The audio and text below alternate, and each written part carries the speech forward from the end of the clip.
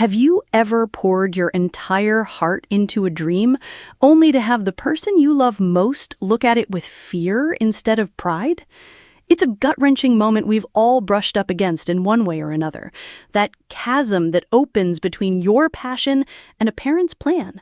For Emmerdale's April Windsor, that chasm is about to become a canyon, and it's cutting right through the heart of the Dingle family kitchen. Next week, a storm is brewing over the teacups, and it's a deeply personal one.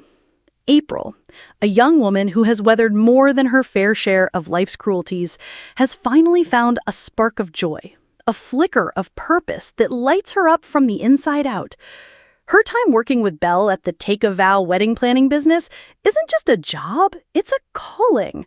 Imagine it. After the darkness of bullying, the terror of being lost and alone on the streets, she's found herself a place surrounded by hope, love, and the promise of new beginnings. She's not just arranging flowers and booking venues, she's crafting the happiest day of people's lives. It's creative, it's vibrant, and for the first time in a long time, it makes her feel whole. She walks into her home buzzing with this newfound passion, eager to share her excitement with her dad, Marlon. She expects to see his face light up with pride. Instead, she's met with a wall of concern. The air crackles with disappointment. For Marlon, her news isn't a cause for celebration. It's a red flag, a warning siren he can't ignore. Put yourself in Marlon's shoes for a moment. This is a father who has been to hell and back watching his daughter suffer. He remembers the sleepless nights, the gnawing helplessness when she was a victim of cruel bullies, the sheer terror that gripped his heart when she was missing. His love for April is a fierce, protective force, and every decision he makes is filtered through the lens of preventing that pain from ever touching her again. When he looks at her dream of being a wedding planner, he doesn't see the joy she sees.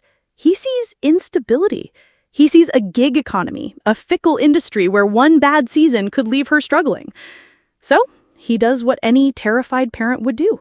He sits her down at that kitchen table, the epicenter of so many family dramas, and lays out his plan for her. A plan built on a foundation of fear and love. He, along with a worried Rona, gently but firmly pushes her towards college. To them, qualifications are more than just a piece of paper. They are a shield.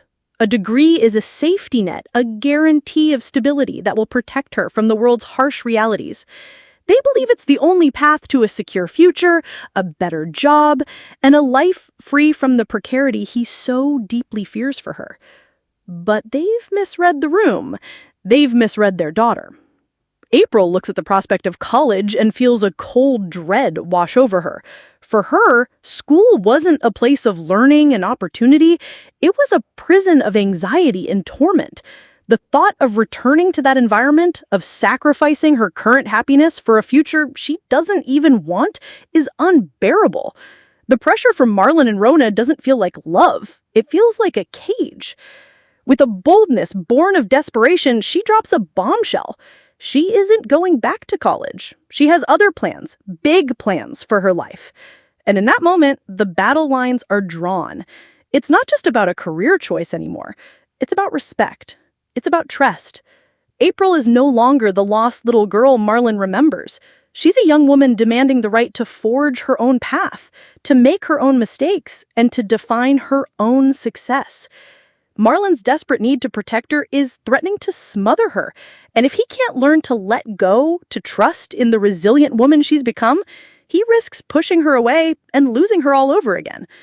What are these grand plans April is hiding? And can Marlon find it in his heart to support her? Or is she destined to chase her dreams completely alone? Just as this emotional tug-of-war reaches its peak, the past comes roaring back into the village, threatening to make the debate over college seem trivial. A familiar face reappears. A ghost from April's darkest days, Dylan Penders. We remember Dylan, the resourceful boy she befriended during her harrowing time on the streets, played so wonderfully by the talented Fred Kettle. His return isn't a happy reunion, it's an omen. Show producers have warned that Dylan is dragging his troubled past back with him, and at the center of that trouble is a dangerous and shadowy newcomer named Ray. Suddenly, Marlon's vague fears about the future are about to be replaced by a very real, very present danger. The vulnerability he so desperately wanted to shield April from is knocking at their front door. This new threat will throw the entire family into chaos. Will Dylan's return and the danger he brings validate all of Marlon's fears, proving that the world is indeed too perilous for April to navigate on her own terms? Or will this crisis become the ultimate test of April's strength? Perhaps facing down a real threat from her past is exactly what she needs to prove to her father and to herself that she is more than capable of handling her own life. The Dales are about to become a crucible for the Dingle family. April is fighting a war on two fronts, one for the future she desperately wants, and another against the past she can't escape. The question is no longer just what career she will choose, but whether she and her family will survive the storm that's about to break.